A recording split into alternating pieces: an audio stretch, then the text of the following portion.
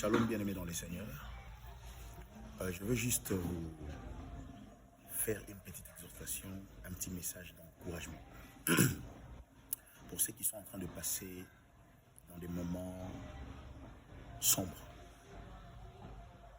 Je parlerai de l'annonciateur de la bénédiction. Et avant chaque visitation de Dieu, il y a souvent des moments de ténèbres. La Bible dit, un soir, il eut un matin, ce fut les premiers jours. En réalité, ou dans la vérité même, le jour ne commence pas quand le soleil se lève, à l'aurore, mais le jour commence la nuit. Nous commençons la journée 0 heure, c'est pendant le moment des ténèbres et pendant le moment où il fait nuit. Et après, vers 4 heures, se lève l'aurore, passation de pouvoir entre le soleil et la lune, et le soleil monte à l'horizon.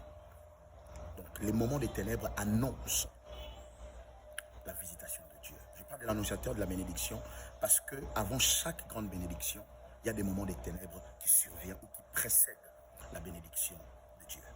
Derrière chaque montagne se trouve une vallée. Derrière chaque ténèbre se trouve la lumière et la visitation de Dieu. Et bien aimé, le monde des ténèbres, quand Dieu veut visiter quelqu'un, il voit une lumière qui est en train de luire sur l'étoile ou son étoile en train de briller. C'est à ce moment-là que le monde des ténèbres, ils savent que la visitation de Dieu est prêt à tomber sur la vie d'une personne. Et c'est à ce moment-là qu'il se précipite pour essayer de distraire une personne, pour essayer de l'éloigner de cette visitation et de cette bénédiction. Donc quand tu vois cela, sache que cela est un annonciateur de la bénédiction. Quand tu sens le combat, quand tu sens les oppositions, sache que le diable tremble parce qu'au derrière de cette opposition se trouve une gloire qui t'attend. Donc il eut un soir, il eut un matin, ce fut le premier jour. Après le ténèbre vient la lumière.